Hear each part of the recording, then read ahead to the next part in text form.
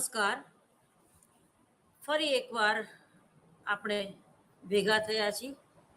મનોવિજ્ઞાનની એક ખૂબ જ અગત્યની શાખા વ્યક્તિગત ભિન્નતાનું મનોવિજ્ઞાન. એમાં આપણે 6 લેક્ચરમાં યુનિટ 1 પૂરું કર્યું. એનું થોડીક તમને યાદ આપીને આપણે આગળ વધીએ. આજે આપણે ભણશું ઇમોશનલ ઇન્ટેલિજન્સી એટલે શું, એટલે કે આવેગિક બાબતોને લઈને. આવેગ એટલે શું, આવેગિક ક્ષમતાઓ અને એની ખૂબી ખામી, અને આવેગિક બુદ્ધિ ખાસ કરીને કઈ રીતે આપણને જીવન જીવવામાં ઉપયોગી બને છે, એના વિશે વાત કરીએ. એ પહેલા શું ભણી ગયા આપણે? તો વ્યક્તિગત ભિન્નતાઓના સિદ્ધાંતો, જેમાં આપણે એ કેવી રીતે એ સિદ્ધાંતો બને છે એના વિશે વૈજ્ઞાનિક સિદ્ધાંતોના જે લક્ષણો જે છે એની રૂપરેખા આપણે જોઈ, જેમાં પુરાવો, ધારણા, ચકાસણી, ભવિષ્ય કથન અને નિયંત્રણ. એ પછી જોયું આપણે વ્યક્તિગત ભિન્નતાના જે જુદા જુદા અભિગમો છે, એમાં મુખ્ય 2 અભિગમો, અણુવાદી અભિગમ અને સમષ્ટિવાદી અભિગમ. સમષ્ટિવાદ મનોવિજ્ઞાનની એક અન્ય શાખા જે છે, સિદ્ધાંતો અને સંપ્રદાયો. એ મારું પોતાનું લખેલું પુસ્તક છે. એ સમય મળે ત્યારે જોઈ લેવા વિનંતી. અક્ષર પબ્લિકેશન અમદાવાદ ખાતે ઉપલબ્ધ છે. તો એમાં વિગતે એની વાત કરેલી છે મેં. અહીંયા આપણે વ્યક્તિગત ભિન્નતાના સંદર્ભમાં સમષ્ટિવાદી અભિગમને વધારે મહત્વ આપેલું, જે તમે ભણી ગયા.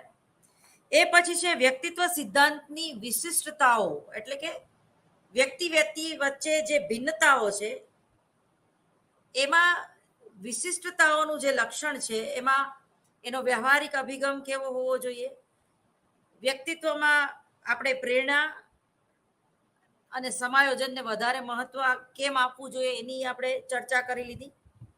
સમગ્રતાવાદી દ્રષ્ટિકોણ, એના વિશે પણ આપણે વાત કરી. એ પછી સંયોજન અને પરસ્પરાવલંબી અભિગમ વગેરે બાબતો. એ પછી છે વ્યક્તિગત ભિન્નતાના સિદ્ધાંતો માટેની આવશ્યકતાઓ. એ મારા વાલા ભાઈ બહેનોને નમ્ર વિનંતી કે ફરીવાર એકવાર વાંચી જજો, જેમાં અનુવંશ અને વાતાવરણનું શું મહત્વ છે એના ઉદાહરણ સહિત મેં તમને સમજાવ્યું. એ પછી વ્યક્તિગત ભિન્નતા એટલે શું અને વૈયક્તિક ભિન્નતા એટલે શું, એના વિશે પણ આપણે ખૂબ વધારે એટલે ઊંડાણથી સમજી લીધું છે. વ્યક્તિત્વ વિકાસ અને તેને અસર કરતા પરિબળો, તેમજ અસામાન્યતા એટલે કે એબનોર્માલિટી એટલે શું, સમાયોજન શા માટે જરૂરી છે, વ્યક્તિગત ભિન્નતાઓ જે છે વ્યક્તિ વચ્ચેની કે સમાજ કે જૂથ વચ્ચેની, એમાં સામાજિકરણની પ્રક્રિયામાં સમાયોજન કઈ રીતે ભાગ ભજવે છે તેની ચર્ચા કરી ગયા. એ પછી છે વ્યક્તિત્વ ભિન્નતા જે રહેલી છે, તો એનું જે જુદું જુદું વર્ગીકરણ છે એ કઈ રીતે છે. તો એમાં ખૂબ જ અગત્યનો જે સિદ્ધાંત છે એ છે મનોગત્યાત્મક સિદ્ધાંત. એના વિશે પણ આપણે વાત કરી, જેમાં ઈડ, ઈગો અને સુપર ઈગો, તેમજ ભૂતકાળના અનુભવો, મનોનાટ્ય પદ્ધતિઓ, મનોગત્યાત્મક સંગઠન એટલે શું, વગેરે વગેરે બાબતોની આપણે વાત કરી. એ પછી છે વ્યક્તિત્વ ગુણોના આધારે જે સિદ્ધાંતો રચાયેલા છે, જે સંશોધનમાં ખૂબ ઉપયોગી છે. તો વ્યક્તિત્વ લક્ષણો, જે જુદા જુદા લક્ષણો છે એની આપણે વાત કરી, જેમાં ઓલપોર્ટનું મહત્વનું પ્રદાન છે, એની ડેફિનેશન વિશે પણ વાત કરીએ આપણે. એ પછી છે સામાજિક વર્તન કેન્દ્રીય સિદ્ધાંતો. તેમાં આપણે મનોવિજ્ઞાન એટલે શું, મન એટલે શું. મારા શરૂઆતના લેક્ચરમાં મેં તમને કીધું કે કોઈ પણ જે ઘટના છે એ સૌપ્રથમ આપણા મનમાં બને છે, બરોબર, અને એ પછી એ બહાર બને છે. મનનું વિજ્ઞાન, ચેતનાનું વિજ્ઞાન, બાહ્ય દેખાવ, વર્તન અને પ્રાણીના ટૂંકમાં મનુષ્ય વર્તન અને પ્રાણીના વર્તનનો અભ્યાસ કરતું વિજ્ઞાન વગેરે વિશે આપણે એ મનોવિજ્ઞાન એટલે શું એનો પાયો જે તમે ભણી ગયા છો, પણ એ વ્યક્તિગત ભિન્નતામાં આપણે શા માટે ભણીએ છીએ અને મનોવિજ્ઞાનની સૌથી અગત્યની જે શાખા છે વ્યક્તિગત ભિન્નતાઓનું મનોવિજ્ઞાન, તો એમાં તમને એનું વર્ગીકરણ કઈ રીતે ઉપયોગી છે એના વિશે આપણે વાત કરી ગયા. તેમજ વ્યક્તિગત ભિન્નતાઓમાં શારીરિક બંધારણનો જે ભાગ મહત્વનો છે, તો એની એ પણ આપણા વ્યક્તિગત ભિન્નતાના જે કંઈ આપણી પર્સનાલિટી અલગ અલગ છે, જેમ 5 આંગળી સરખી નથી હોતી, તો એવી રીતે ટૂંકમાં એનો શું ફાળો છે, શારીરિક બંધારણ આપણું કેવું છે. અને ખૂબ જ અગત્યની આપણે વાત કરી કે સામાજિક સાંસ્કૃતિક અભિગમનો સિદ્ધાંત.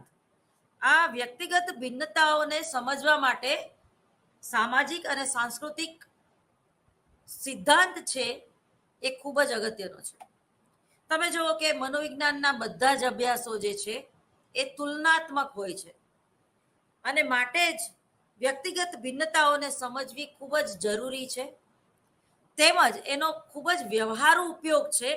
માટે કેસ સ્ટડીથી માંડીને નવા સંશોધનો કઈ રીતે કરી શકાય તેની રૂપરેખા વગેરે બાબતો વિશે આપણે ચર્ચા કરી ગયા.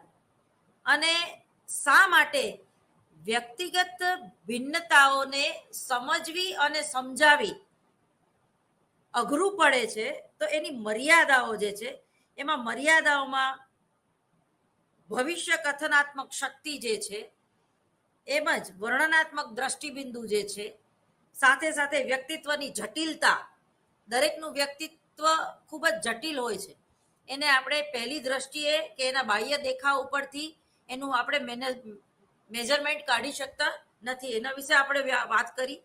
એ પછી છે વ્યક્તિગત અર્થઘટનમાં પડતી મુશ્કેલીઓ. જેમ કે ભારત જેવા દેશમાં જુદી જુદી 100 થી 150 ભાષાઓ બોલાય છે. ગામે ગામે બોલીઓ ચેન્જ થાય છે. તો ભાષાકીય મર્યાદાઓને ધ્યાનમાં રાખીને પણ વ્યક્તિત્વનું અર્થઘટન કરવું મુશ્કેલ છે. પરંતુ હવે પછી જે આપણે ભણશું એ ખૂબ જ અગત્યનો ટોપિક છે, જેની આખી જુદી શાખા પણ છે. જેમ કે તમે MA અને MPhil લેવલે મનોવિજ્ઞાનની એક જુદી જ શાખા તરીકે આવેગનું મનોવિજ્ઞાન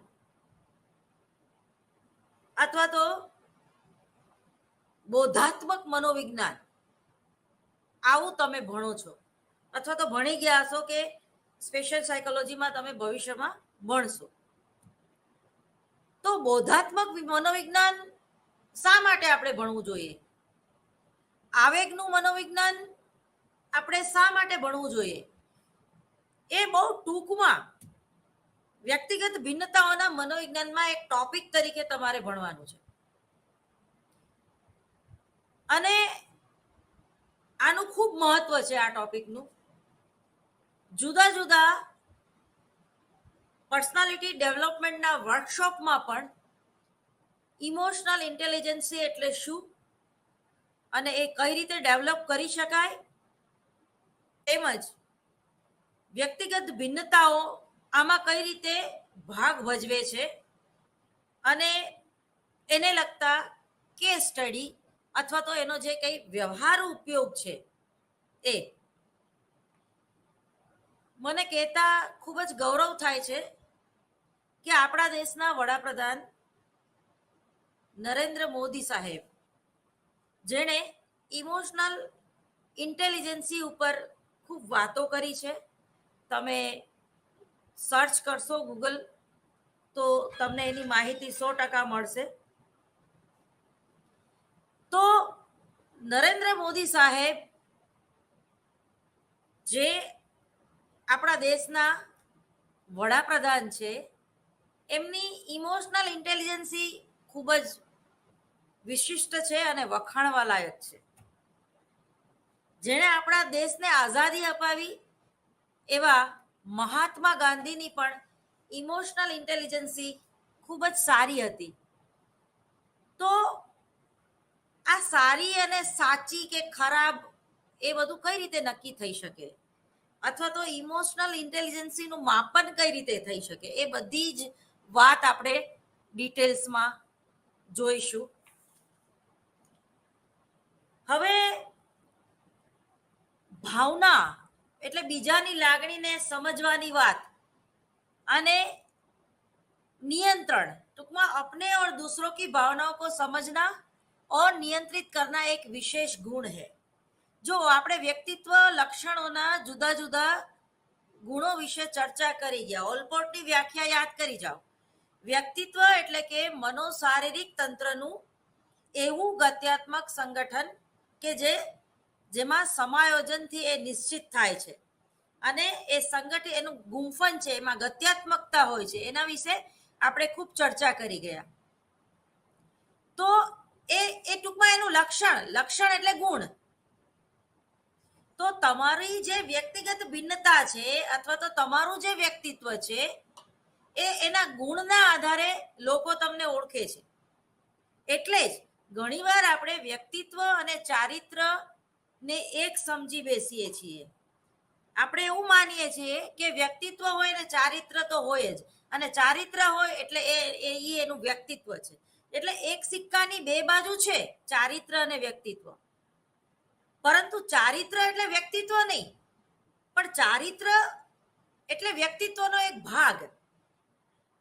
ચારિત્ર એ વ્યક્તિત્વનો એક વિશેષ ગુણ છે.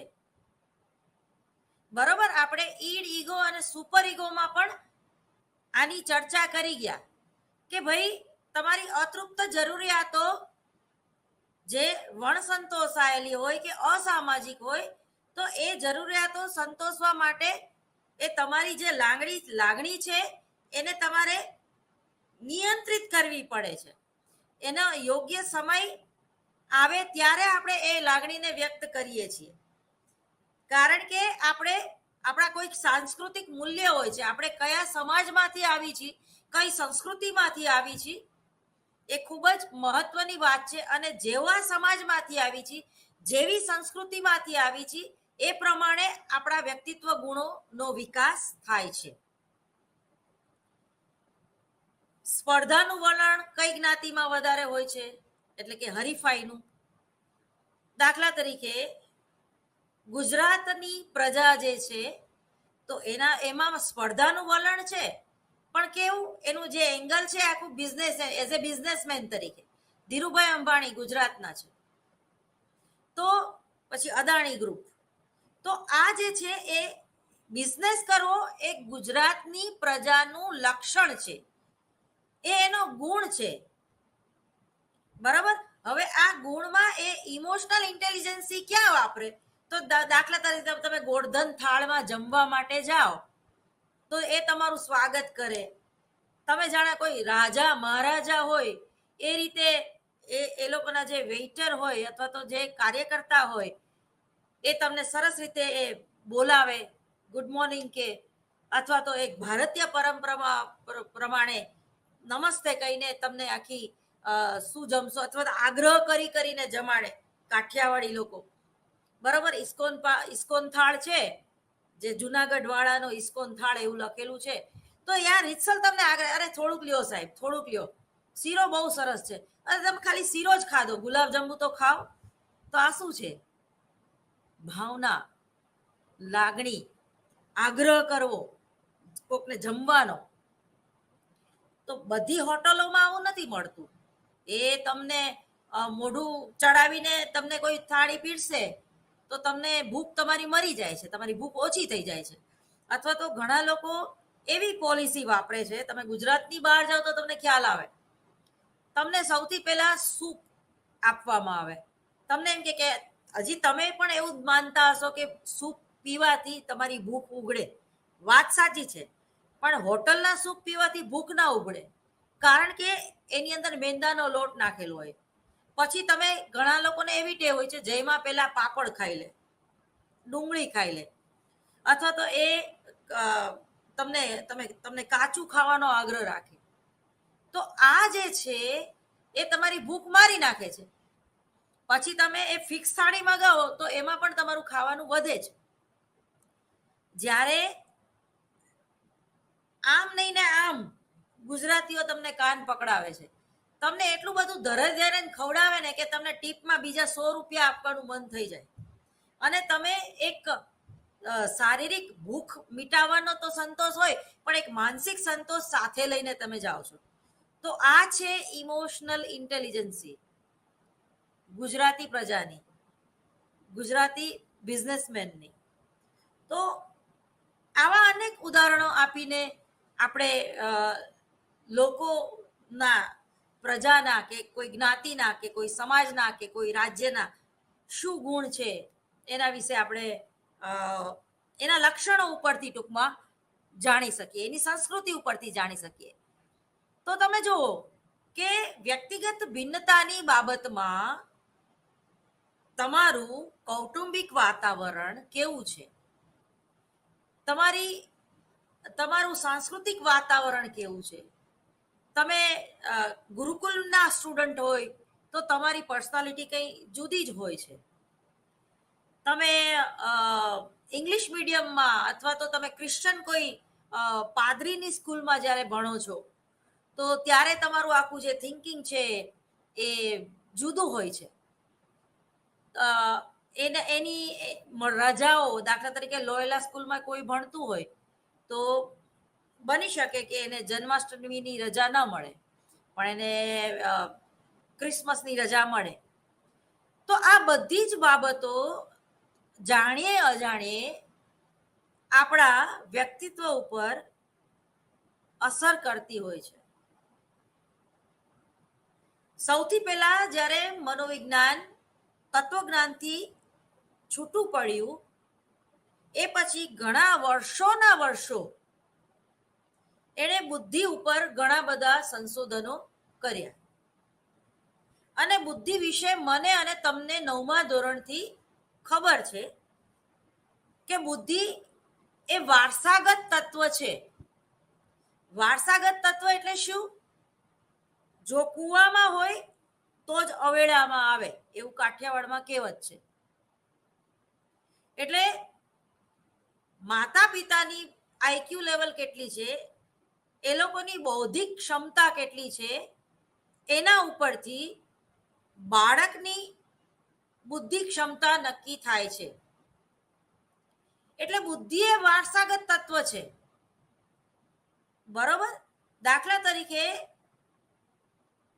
કોઈ આઈએસ ઓફિસર છે, કોઈ સાયન્ટિસ્ટ છે, કે કોઈ કલાકાર છે, એની બુદ્ધિ લબ્ધિ, એની આઈક્યુ લેવલ 120 કે 125 કે 130 ઉપર જ હોવાની. આઈન્સ્ટાઈનની બુદ્ધિ 140 હતી અથવા તો એનેથી પણ ઉપર હતી, એટલે જે આઈન્સ્ટાઈનને આપણે પાઠ્યપુસ્તકમાં ભણીએ છીએ અને ભણાવીએ છીએ. અને આપણા ઘણા મનોવિજ્ઞાનના સંશોધનો પણ એને આભારી છે. ગુરુત્વાકર્ષણનો જેણે નિયમ આપ્યો, ડાર્વિનનો જે સિદ્ધાંત છે, તો એ ડાર્વિનની આઈક્યુ લેવલ હતી એ 140 ઉપર હતી.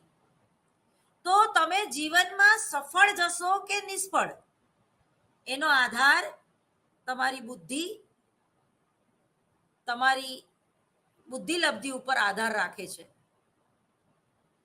જો તમારું બૌદ્ધિક લેવલ 120 ઉપર હશે અને તમારું આવેગિક એટલે કે ઇમોશનલ ઇન્ટેલિજન્સી, જો અંતે પાછળ તો ઇન્ટેલિજન્સી શબ્દ ઉમેરાય જ છે, એટલે ઇમોશનલ ઇન્ટેલિજન્સી વધારવા માટે પણ તમારું જે મૂળભૂત તત્વ છે બુદ્ધિનું, એ તો પાવરફુલ હોવું જ જોઈએ. પણ અહીંયા આપણે વાત કરવાની છે ભાવાત્મક બુદ્ધિમત્તા એટલે શું, એટલે કે આવેગિક બુદ્ધિ એટલે શું. હવે તમે યાદ કરી જાઓ, આવેગ એટલે શું? આવેગ કોને કહેવાય? તો આવેગ એટલે કે સમગ્ર ચેતાતંત્રની ક્ષુબ્ધાવસ્થા. ફરીવાર કહું છું, આવેગ એટલે શું તમે શીખી ગયા છો કે સમગ્ર ચેતાતંત્રની ક્ષુબ્ધાવસ્થા. તો એનો આધાર શું છે? શરીર છે. દાખલા તરીકે તમે અને હું આપણે બધા મોબાઈલનો ઉપયોગ કરીએ છીએ. તો મોબાઈલમાં ખાલી ફેઝ એટલે ડાગલા નું આપણી આગળ ઓપ્શન છે. આપણે દુઃખી હોય તો એ રોતો ડાગલો મૂકી દઈએ છીએ. આપણે ખુશ હોય કે આપણે કંઈક આશ્ચર્યમાં હોય તો એ પ્રકારના આપણે મેસેજ કરીએ છીએ વોટ્સએપમાં. તો આ એક સંશોધનનો વિષય છે. એક્ઝેક્ટલી તમે ભલે તેલુગુ ભાષા સમજતા હોય ને હિન્દી ના સમજતા હોય, અને હું ભલે હિન્દી સમજતી હોય ને તેલુગુ કે બીજી કોઈ સ્વાયલી ભાષા ન સમજતી હોય. દાખલા તરીકે સ્વાયલીમાં અસાન્ટે સાના એટલે તમે કેમ છો, બરાબર? તો દાખલા તરીકે મોગેમ્બો ખુશ હુઆ એક ડાયલોગ છે. તો એ તમારે મૂકવું હોય તો મોગેમ્બો ખુશ હુઆ બોલવાની જરૂર નથી, લખવાની એ જરૂર નથી. પણ તમે એવું અટહાસ્ય મોં ફાડેલું મૂકી દો ડાગલું, એટલે સામેની વ્યક્તિને સમજાઈ જાય છે કે તમે શું ફીલ કરો છો. તો આ છે આવેગ. એટલે આવેગ આપણી બોડી લેંગ્વેજ દ્વારા જ વ્યક્ત થાય છે. દાખલા તરીકે મારું વ્યક્તિત્વ કેવું છે એ સામેની વ્યક્તિને ચેક કરવું હોય, અથવા તો સામેની વ્યક્તિ કેવી છે, તો અથવા તો વ્યક્તિગત ભિન્નતા મારામાં અને સામેની વ્યક્તિમાં શું રહેલી છે, તો એની બોડી લેંગ્વેજ દ્વારા પણ ઘણો બધો આપણને ખ્યાલ આવે છે. દાખલા તરીકે તમે શરમાળ પ્રકૃતિના હોય, બરોબર, અને તમને કોઈ છોકરો જોવા માટે આવે તો તમે આમ નીચું મોઢું કરીને બેસી જશો. તમે જલ્દીથી એની સામે નહીં જુઓ, તો તરત જ સામેની વ્યક્તિને ખ્યાલ આવશે કે આ શરમાળ પ્રકૃતિની છે. પણ શરમાળ પ્રકૃતિની વ્યક્તિ પણ આ રીતના ધ્યાન ન હોય ત્યારે એની સામે જોઈ લે છે, અથવા તો પેલો છોકરો એને મોકો આપે છે કે ભાઈ તું મારી સામે તો જો, તો એ છોકરો એની સામેથી ધ્યાન હટાવી દે છે. એટલે પેલી છોકરી આમ કરીને આમ જોઈને પાછું આમ તરત નીચું જોઈ જાય છે. આને કહેવાય બોડી લેંગ્વેજનું મનોવિજ્ઞાન. હવે આ બોડી લેંગ્વેજમાં તમારા આંખના હાવભાવ એ ખૂબ જ મહત્વના છે, બરોબર? દાખલા તરીકે પેલો છોકરો કહે છે કે બેન હું તમારી યારે શું વાત કરું, મને કઈ સમજ નથી પડતી. તો પેલી છોકરી એમ કે વાત કરો ને, બધી સમજ પડી જશે. તો આ છે ઇમોશનલ ઇન્ટેલિજન્સી. બોડી લેંગ્વેજ દ્વારા કોઈ પણ જાતના ડાયલોગ વગર પણ મારી તો હા છે એવું તમે કહી શકો, બરોબર? અથવા તો આંખમાં આંખ નાખીને કોઈ વ્યક્તિને તમે ઇન્ટરવ્યુ દો અથવા તો એનું ઇન્ટરવ્યુ લ્યો, તો તમે આત્મવિશ્વાસથી ભરપૂર છો. તમારું વ્યક્તિત્વ આત્મવિશ્વાસથી ભરપૂર છે એમ કહી શકાય. એ જ રીતે નોર્મલ તમે એની આંખની અંદર આંખ નાખીને નથી વાત કરતા, તમે નીચું જોઈને વાત નથી કરતા, પણ તમે બહુ સહજ છો. જ્યારે જરૂર પડી ત્યારે જોઈ લીધું, જરૂર નથી ત્યારે તમે તમારું મહત્વ સમજાવવા માટે તમારા વાળને અડો છો, તમારા કાનને અડો છો, તમારી આંખને એવા કોઈ જેને કહેવાય ઈશારા કરો છો કે સામેની વ્યક્તિને તમારી નોંધ લેવી જ પડે. એ જ રીતે તમે જ્યારે કોઈને સેકન્ડ કરો છો ત્યારે તમારો હાથ કેવો છે? આમ સીધો છે, બરોબર? દાખલા તરીકે આ રીતે સેકન્ડ કરો છો તો પેરેલલ જાય છે કે ભાઈ તું જેટલો હોશિયાર છું એટલો જ હું હોશિયાર છું, અને આપણને એકબીજાની જરૂર છે. પણ આ જ હાથને હું આ રીતે કરી દઉં અને એનો હાથ મારા હાથ નીચે હોય, ટૂંકમાં હાથને દબાવી દઉં, તો એ આધિપત્ય ભાવ છે કે ભાઈ તું મારો સ્ટુડન્ટ છું, તો એ દબાવી દેવાની વાત છે.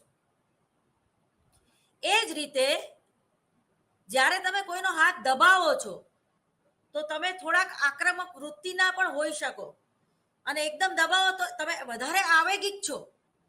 એ કારણ કે આપણે સામેની વ્યક્તિનો હાથ દબાવે, ઓય માં બહુ દુખ્યું, હા તું મને યાદ રાખ ને મારી નોંધ લે, એટલે થોડુંક તને વધારે તારો હાથ દબાવ્યો. તો તમે જો નરેન્દ્ર મોદીને જોજો કે એ કોઈ પણ વ્યક્તિની સાથે સેકન્ડ કરશે, અન્ય દેશના મિનિસ્ટરોની સાથે, તો એનો હાથ એકદમ આમ દબાવી દેશે, જલ્દીથી છોડશે જ નહીં, વારે ઘડીએ આમ કરશે. તો સામેની વ્યક્તિને એકદમ આપણે યાદ રહી જઈએ છીએ. આ બોડી લેંગ્વેજનું મનોવિજ્ઞાન છે, જે ભણવું ખૂબ જ જરૂરી છે. કારણ કે ભાષાઓની તો મર્યાદા છે. અલગ અલગ ભાષાઓ, બધી જ ભાષા આપણને આવડતી નથી. વધીને આપણને 3 થી 4 ભાષા આવડે: હિન્દી, અંગ્રેજી, ગુજરાતી, તમે ગુજરાતમાં રહેતા હોય તો, અને થોડી ઘણી મરાઠી. પરંતુ તમને તેલુગુ ભાષા ના આવડતી હોય, સ્વાહિલી ભાષા ના આવડતી હોય, કે કોઈ અન્ય ભાષા ના આવડતી હોય, તળપદી ભાષા, સંસ્કૃત ના આવડતું હોય, તો ત્યારે બોડી લેંગ્વેજ બહુ જરૂરી બની જાય છે. દાખલા તરીકે નાટકનો એક ભાગ છે માઇમ એક્ટિંગ, મૌન દ્વારા એક્ટિંગ કરવી, સ્કીટ. બરાબર? તો એ ખાલી મ્યુઝિક ઉપર થાય છે, એમાં કોઈ ડાયલોગ હોતા નથી. તમે કમલ હસનનું પિક્ચર જોયું હોય તો પુષ્પક પિક્ચર, 2.5 કલાકના પિક્ચરમાં એક પણ ડાયલોગ નથી, અને છતાંય તમે પેટ પકડીને હસો, એટલું કોમેડી છે. તો મારા વાલા મિત્રો અને મારા સ્ટુડન્ટોને નમ્ર વિનંતી છે, અપીલ છે મારી, કે તમે પુષ્પક પિક્ચર જોજો. અને બીજું, મારી એક ફેવરિટ મારો સુવિચાર છે કે જો તું મારું મૌન નહીં સમજે તો મારી ભાષા કઈ રીતે સમજીશ? જો તું મારું મૌન નહીં સમજે તો મારી ભાષા કઈ રીતે સમજીશ? એટલે ઘણીવાર એવું બને છે કે આપણે આપણી લાગણી દર્શાવવા માટે કોઈ શબ્દની જરૂર હોતી નથી. ખરેખર તમે વિચારો, ઘરે જઈને વિચારજો કે આપણને કોઈ પ્રેમ કરતું હોય, એ આપણને ખબર જ હોય છે, ભલે એને એના પ્રેમનો એકરાર ના કર્યો હોય. અને પતિ પત્ની રોજ એકબીજાને ક્યારેય આઈ લવ યુ કહેતા નથી, પણ ઉધરસ આવે કે ઉલટી થાય તો તરત જ બાજુમાં આવીને મીઠું આપવું, અથવા તો વાસા ઉપર હાથ ફેરવવો. તો આ શું છે? આમાં આઈ લવ યુ કહેવાની જરૂર? કે ભાઈ તને ઉલટી થાય, આઈ લવ યુ, હો, ઉભો રહે, હું મીઠું લઈ આવું. તો તમારું જે કર્મ છે, મન, વચન અને કર્મ,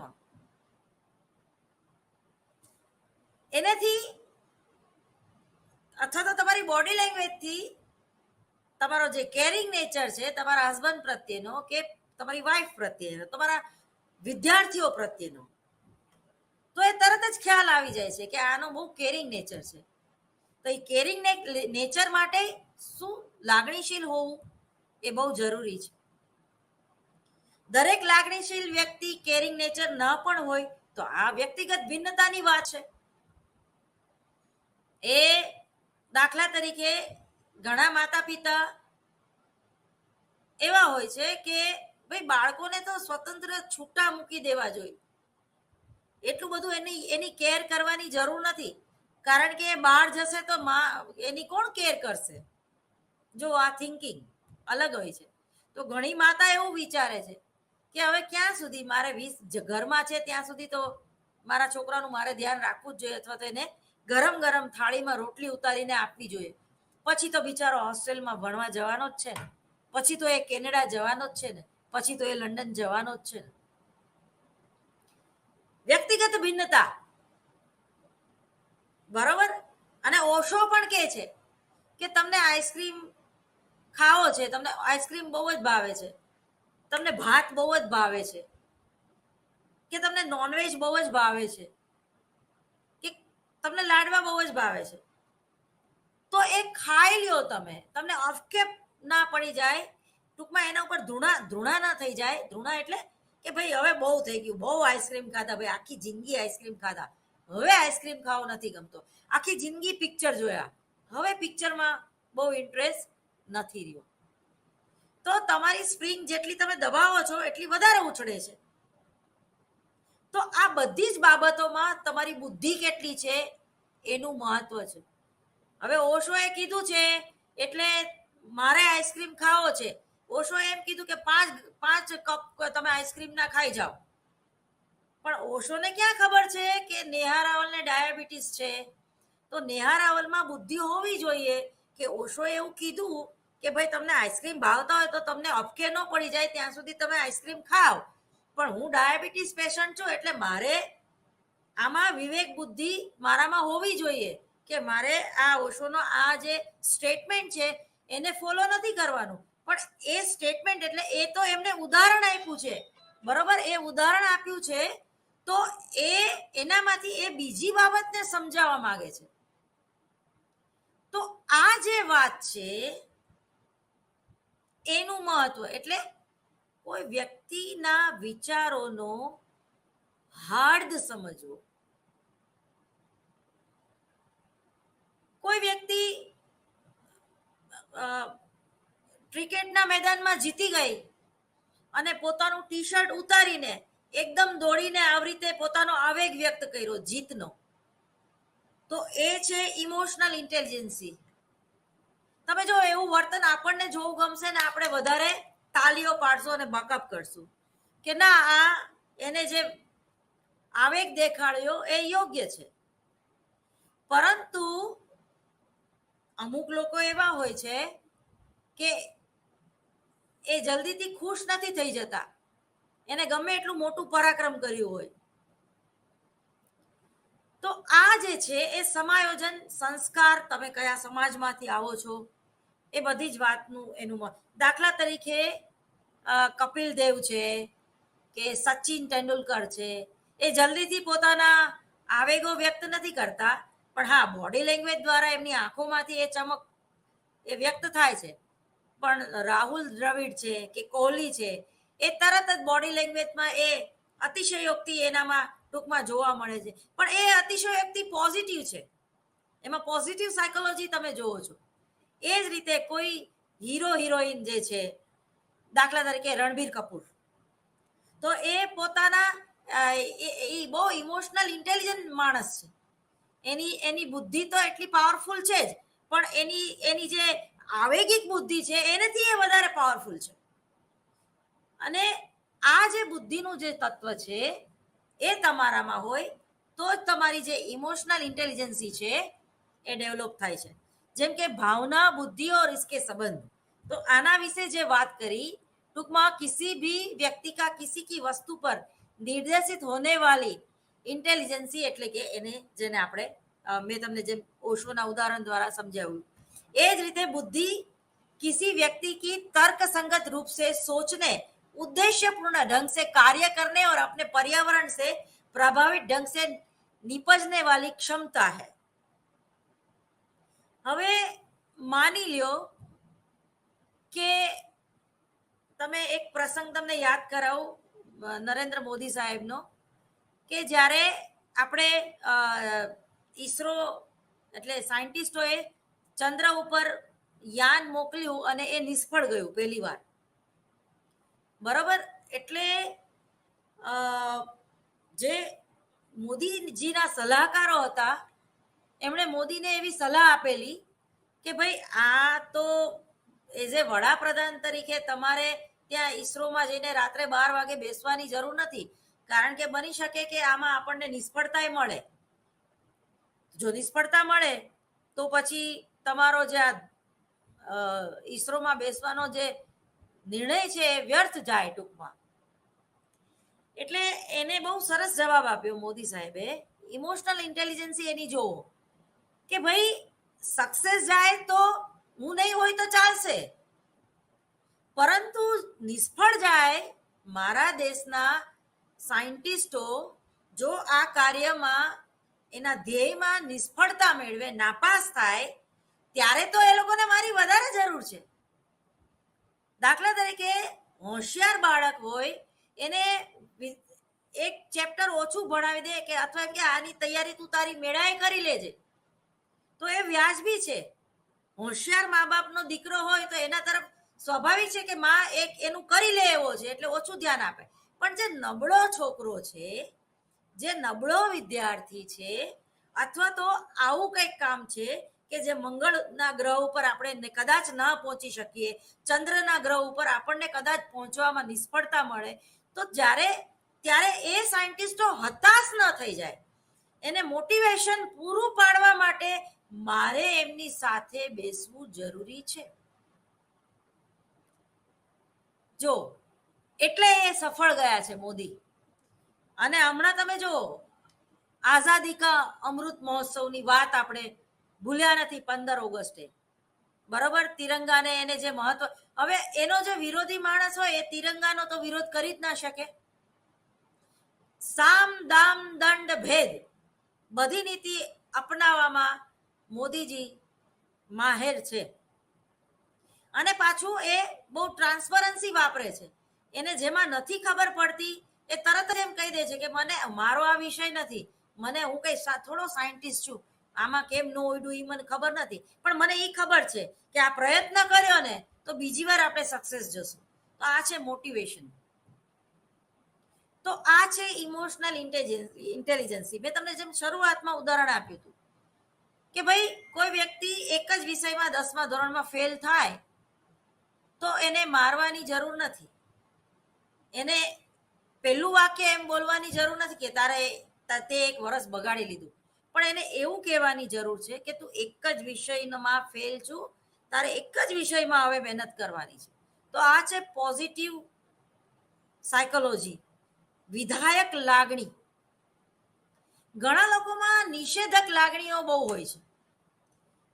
નિષેધક લાગણી એટલે શું? તમને એક સરસ ઉદાહરણ આપું. તમારી કોઈ ખાસ ફ્રેન્ડ છે, એનું બ્રેકઅપ થઈ ગયું અને એ તમને રાત્રે 12 વાગે ફોન કરીને ખૂબ જોશથી રડે છે અને તમને એમ કે છે કે ભાઈ મેરા પહેલા પ્યાર લૂટ ગયા વગેરે. પેલું કાજલનું પિક્ચર છે ને, કયું દિલ વાલે દુલ્હનિયા લે જાયંગે સમથિંગ, ખબર નહીં, ભૂલી ગઈ નામ. ટૂંકમાં મારો પહેલો પ્રેમ છે એ મને ના મળ્યો એમ. તો આ જે વાત છે એ વાત શું સૂચવી જાય છે? હવે સામેની વ્યક્તિ એમ કે છે કે ભાઈ હું તો તને કહેતી હતી કે તારે લાયક જ નથી, તે મારું માયનું જ નહીં, આમ તેમ ફલાણું ઢીકણું. તો આને નિષેધક લાગણી કહેવાય. ખરેખર એના મિત્રની શું ફરજ છે? એને એમ કેવું જોઈએ કે તું શાંત પડ, પેલા કઈ વાંધો નહીં, તને પ્રેમમાં નિષ્ફળતા મળી છે તો કઈ તું જિંદગી નથી હારી ગઈ. બરાબર. હવે આનથી વધારે એડજસ્ટમેન્ટ તો એ કઈ વાત છે? હું કાલે આવીને 100% તને મળું છું, પણ અત્યારે તું આખી રાત મારી સાથે વાત કર, ચલ, તું ફોન નહીં મૂકતી, તારે જે કેવું છે એ કહી દે. બરોબર. એટલે તો સામેની વ્યક્તિ જે છે, હવે માની લો કે ઘણા ફ્રેન્ડ એવો હોય કે યાર તું તો દર વખતે રોદણા રોવસ, તો આ શું નેગેટિવ બાબત છે? અથવા તો ઘણા ખુશ થાય, વાયગા ઉપર વધારે વાગે કે ભાઈ અમે તો તને કહેતા હતા પણ તું અમારું માની જ નહીં, કે તું મારું માન્યું જ નહીં. પણ સૌથી વધારે ઇમોશનલ ઇન્ટેલિજન્સી તમારા મન, વચન અને કર્મમાં આવી જોઈએ. કર્મ એટલે શું? તું ફોન ચાલુ રાખ, હું મારા પાર્કિંગમાં ઊભો આ ગાડી ચાલુ કરું છું અને તું ક્યાં છું? ઘરે છું ને? તો કે ના, હું અહીંયા દરિયા કિનારે બેઠી છું, પોરબંદરની પેલામાં ચોપાટીએ. સારું ચલ, હું ત્યાં આવું છું.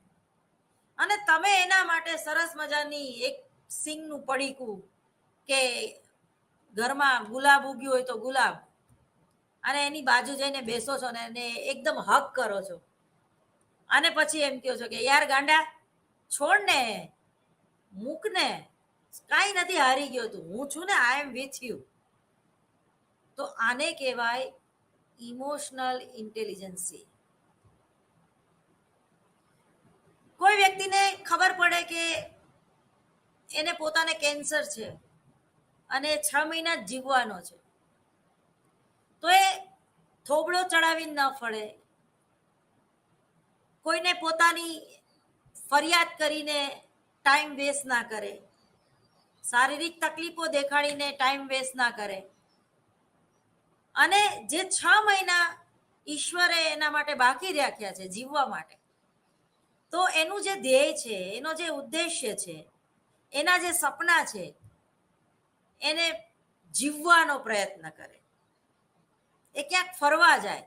સિદ્ધાર્થભાઈ રાંદડિયાનું સરસ એ પિક્ચર આવી ગયું મને યાદ નથી, પણ એમાં એ જે બાપ દીકરાની આખી વાત છે, એ જે ટ્યુનિંગ છે એ બંનેનું, એ અદ્ભુત છે. તો ઘણીવાર આપણને આવા પિક્ચરો પણ ઘણું બધું શીખવી જતા હોય છે. તો એ જે છે એ ઇમોશનલ ઇન્ટેલિજન્સી છે. પણ હા, એ વાતનો હું તમને ઉલ્લેખ કરી આપું કે જો મુખ્ય બુદ્ધિ, જે હું કહું છું કે બુદ્ધિ એ વારસાગત તત્વ છે, તો એ વારસાગત તત્વ હશે તો જ તમે ઇક્યુ અને આઈક્યુ નું બેલેન્સ કરી શકો.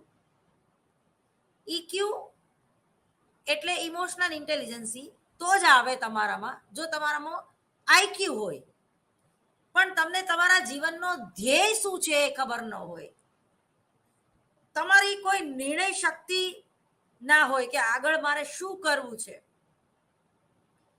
હું એવું માનું છું કે 10મા ધોરણમાં એસએસસી બોર્ડ પછી તમને ખબર હોવી જોઈએ કે તમારે સ્પોર્ટ્સમાં આગળ વધવું છે, તમારે પરફોર્મિંગ આર્ટમાં આગળ વધવું છે, તમારે મીન્સ કલાકાર બનવું છે, તમારે જર્નલિસ્ટનો કોર્સ કરવો છે, તમારે ડોક્ટર બનવું છે કે તમારે એન્જિનિયર.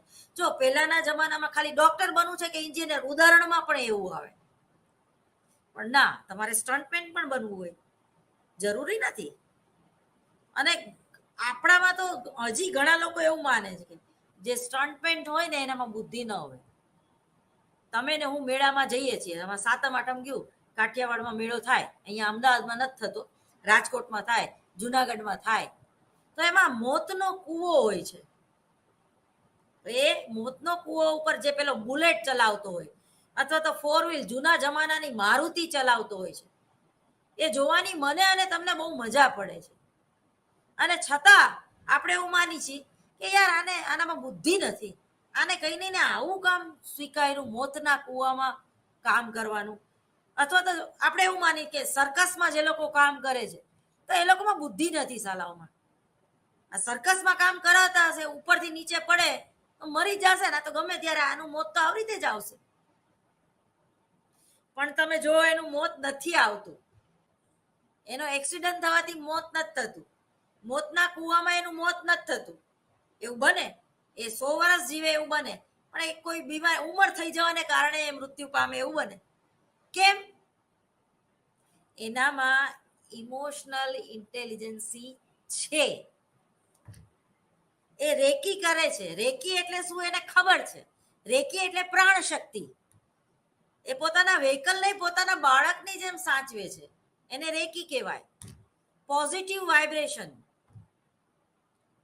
તો જે લોકો કલાકાર છે, જે લોકો સર્કસમાં કામ કરે છે, જે લોકો સ્ટન્ટમેન છે, જે લોકો સલમાન ખાનના બદલે એઝ અ ફાઇટર તરીકે પિક્ચરમાં કામ કરે છે, તો એ લોકોનો દાખલા તરીકે અક્ષય, રોહિત શેટ્ટી, તમે જો એ શો જે ચલાવે છે તો એમાં કોઈને નુકસાન થાય છે, શો દરમિયાન કોઈ મરી ગયું એવું તમને સાંભળવા નહીં મળે. ઇન્જરી થાય એટલે થોડુંક તો જોખમ લેવું પડે. જિંદગી એક જોખમ છે. તમે એમ કહો કે ભાઈ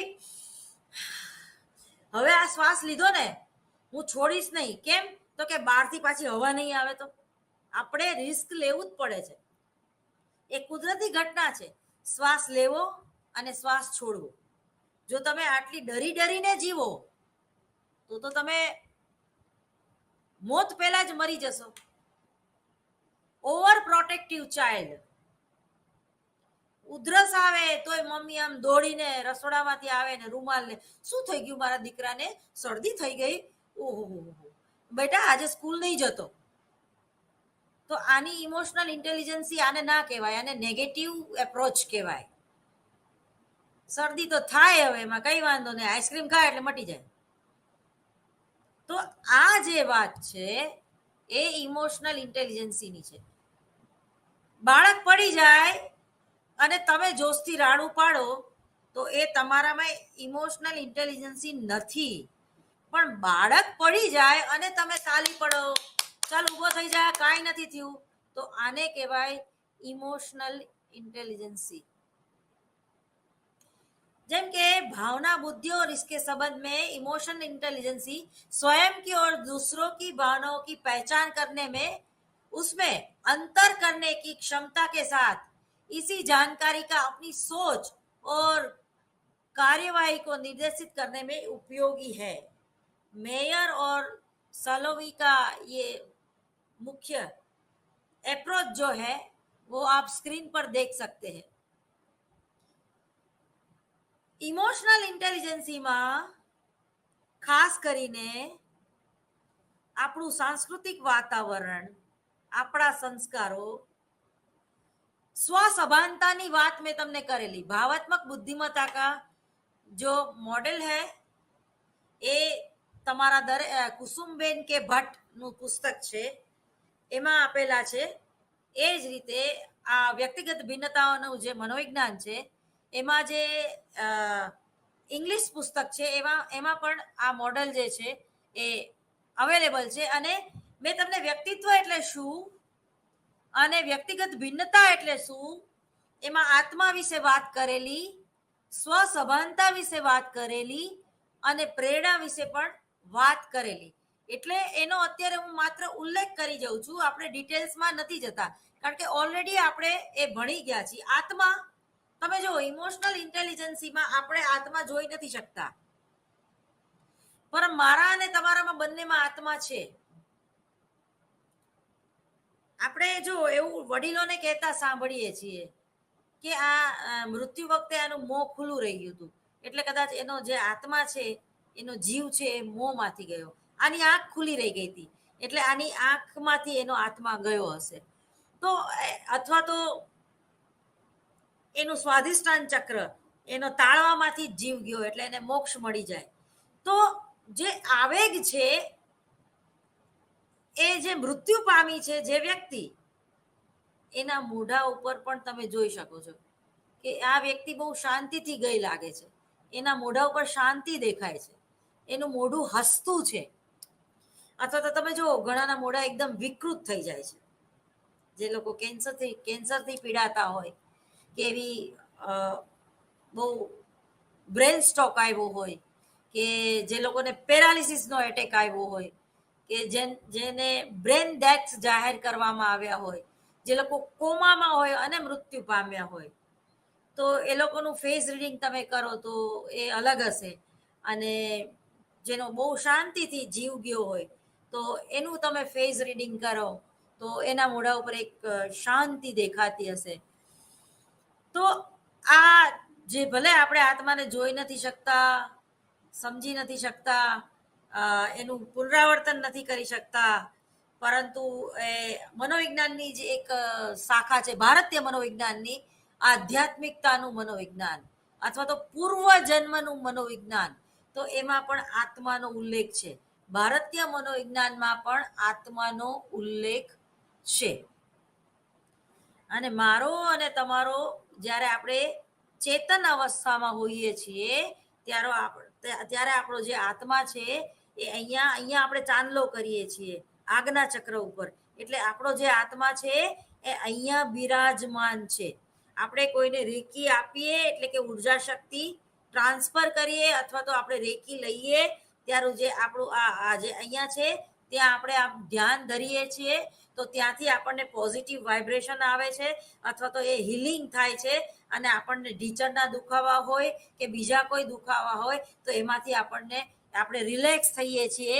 અથવા તો આપણે જ્યારે યોગ મુદ્રામાં બેસીએ છીએ ત્યારે આપણે જે આ ત્રીજું નેત્ર છે એટલે કે આપણું આજ્ઞા ચક્ર છે એનું આપણે ધ્યાન ધરીએ છીએ। આ થઈ ઇમોશનલ ઇન્ટેલિજન્સી। તમે ખાતરીપૂર્વક કહી નથી શકતા કે તમારો આત્મા અહીંયા છે, કે તમે બોલો છો તો અત્યારે તમારો આત્મા અહીંયા છે। લતા મંગેશકર કે અમિતાભ બચ્ચન બોલે છે કે ગાય છે તો એનો આત્મા જે છે એ સ્વાધિષ્ઠાન ચક્રમાં છે, એવું કહી ના શકાય।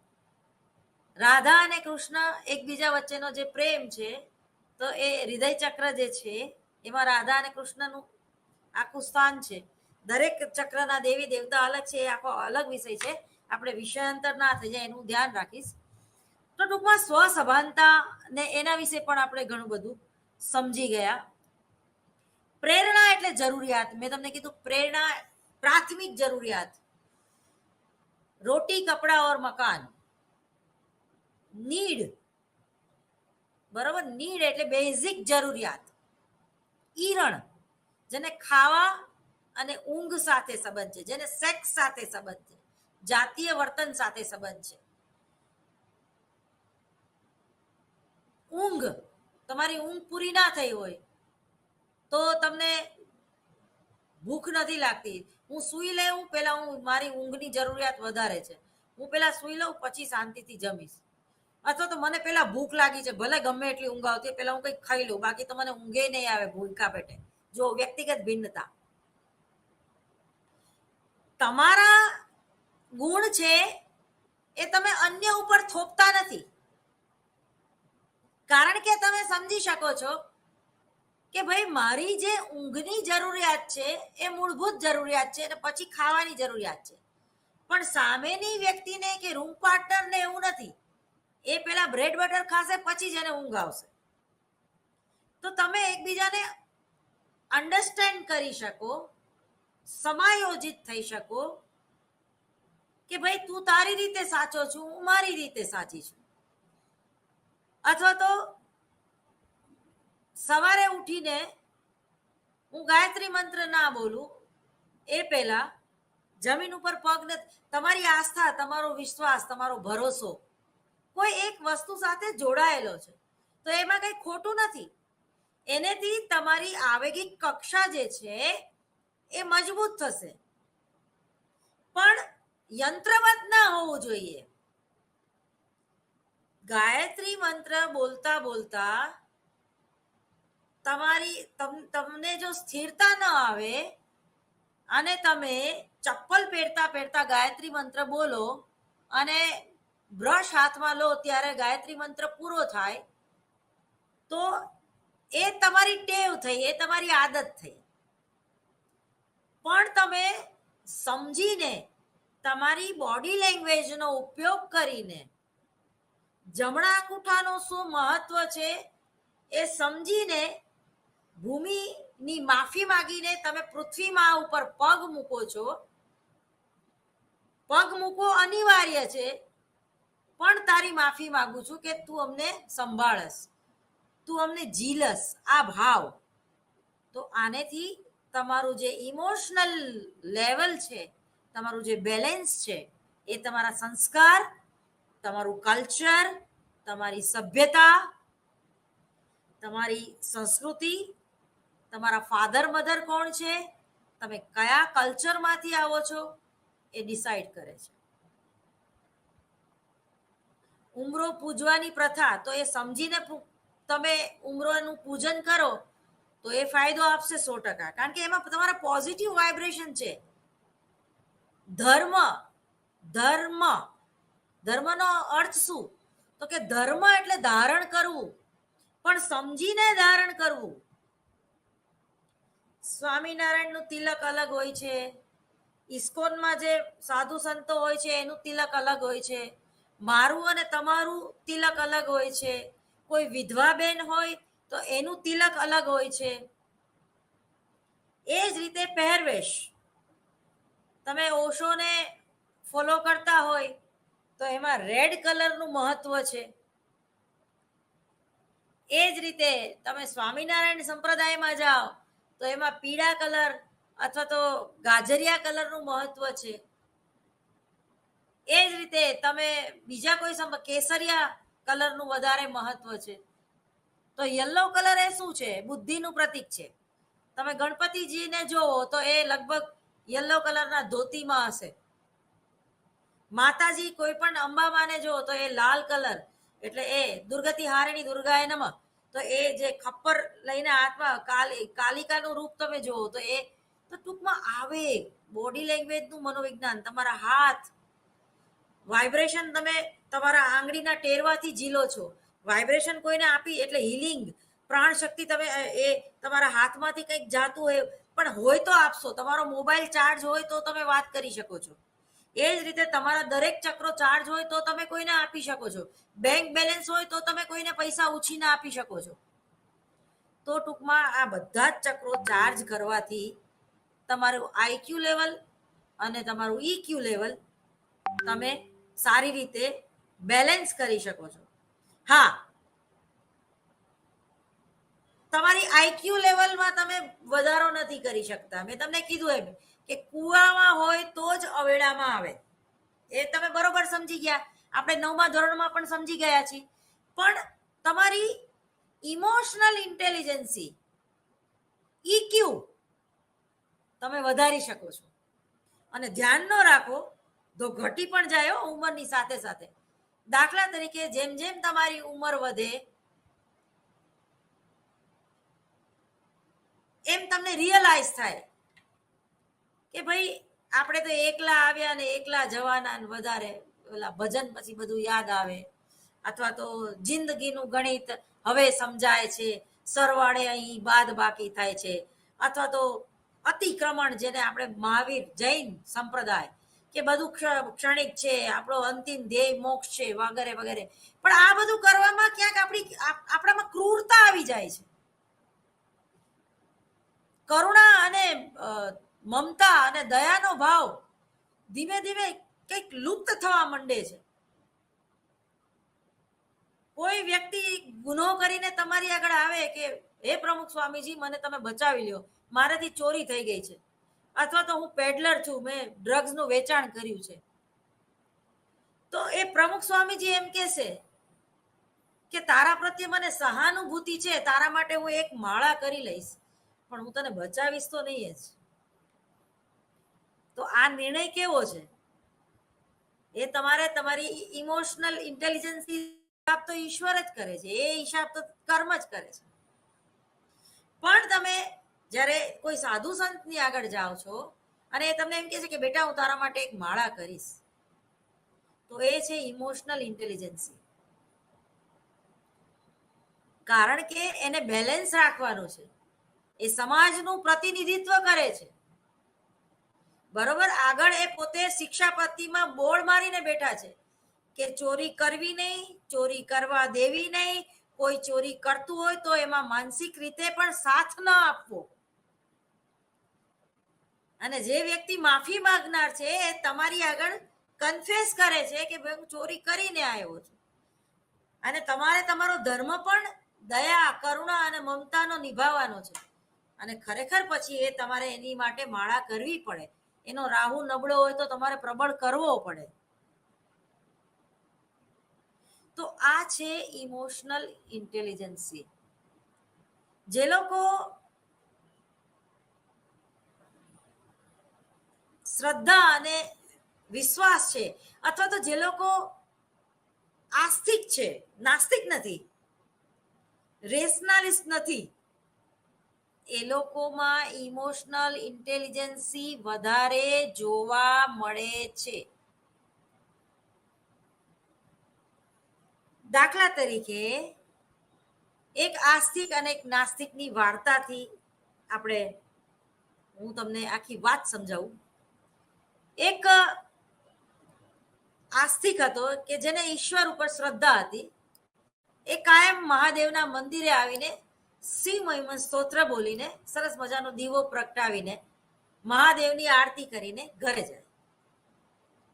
અને જેવું એ કાર્ય પૂરું થઈ જાય એટલે પેલો નાસ્તિક આવે અને ફૂંક મારીને દીવો ઓલવી નાખે